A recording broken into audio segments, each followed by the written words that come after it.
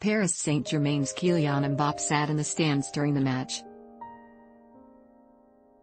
Gonzalo Fuentes, Reuters Paris, France, For Paris Saint-Germain. Another Champions League campaign ends in disappointment, wondering what might have been had one of their superstar attackers not been sidelined at the crucial moment. In 2018 and 2019 it was Neymar who was injured as PSG lost in the last 16 to Real Madrid and then Manchester United.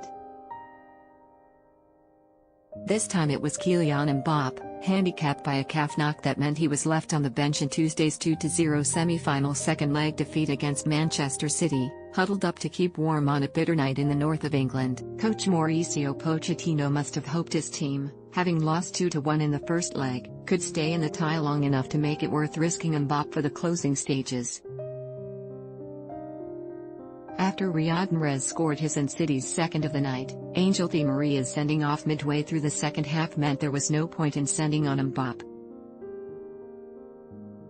The tie was over. There'd be no second consecutive Champions League final for last season's runners-up, as the most coveted trophy of all continues to elude their Qatari owners a decade after they bought the club.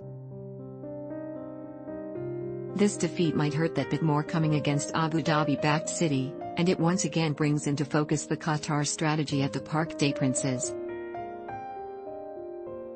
PSG threw the two biggest transfer fees in history at Neymar and Mbappe in 2017, but the €400 million, $480 million duo have not managed to deliver European glory, and they now have just a year remaining on their contracts. Mbappe starred with a hat-trick in Barcelona and a brace at Bayern Munich in the last two rounds.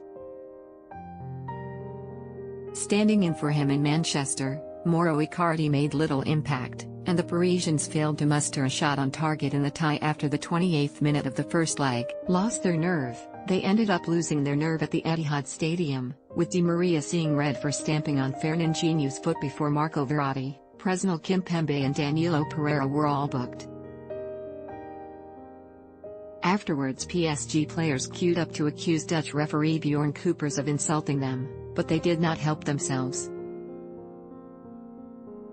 They lost their nerve and started to kick us, and after the red card it was more comfortable, said Mahrez, born and brought up in the Paris suburbs but who drove a dagger to PSG's heart by scoring 3 of City's 4 goals in the tie, a year after ex-Paris winger Kingsley Coman netted Bayern's winner in the final. It was an inglorious exit for Pochettino's team, but the defeat should take nothing away from their achievements in knocking out Barcelona and Bayern.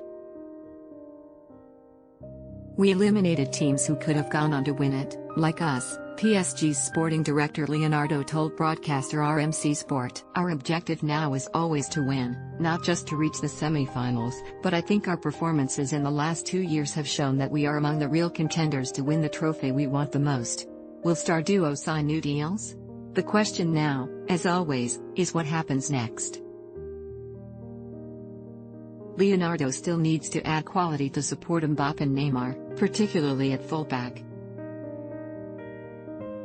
He also needs to sort out the futures of his superstar forwards, with negotiations over new contracts ongoing. We need to continue, keep the foundations we have, Leonardo added. Today is not the time to decide or announce anything. We can be proud of what we did. We are not satisfied at losing in the semi-finals, but that can happen against a team like Manchester City. I am optimistic for the future. That future will be with Pochettino, who arrived in January and has regularly spoken of the need for a full preseason.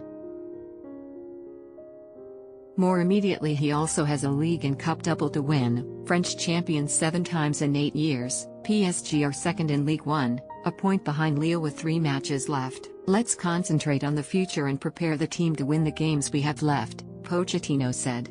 The way we played in these 2 games gives us hope for the future, to come back and try again. Copyright Agence France Presse et Block Test.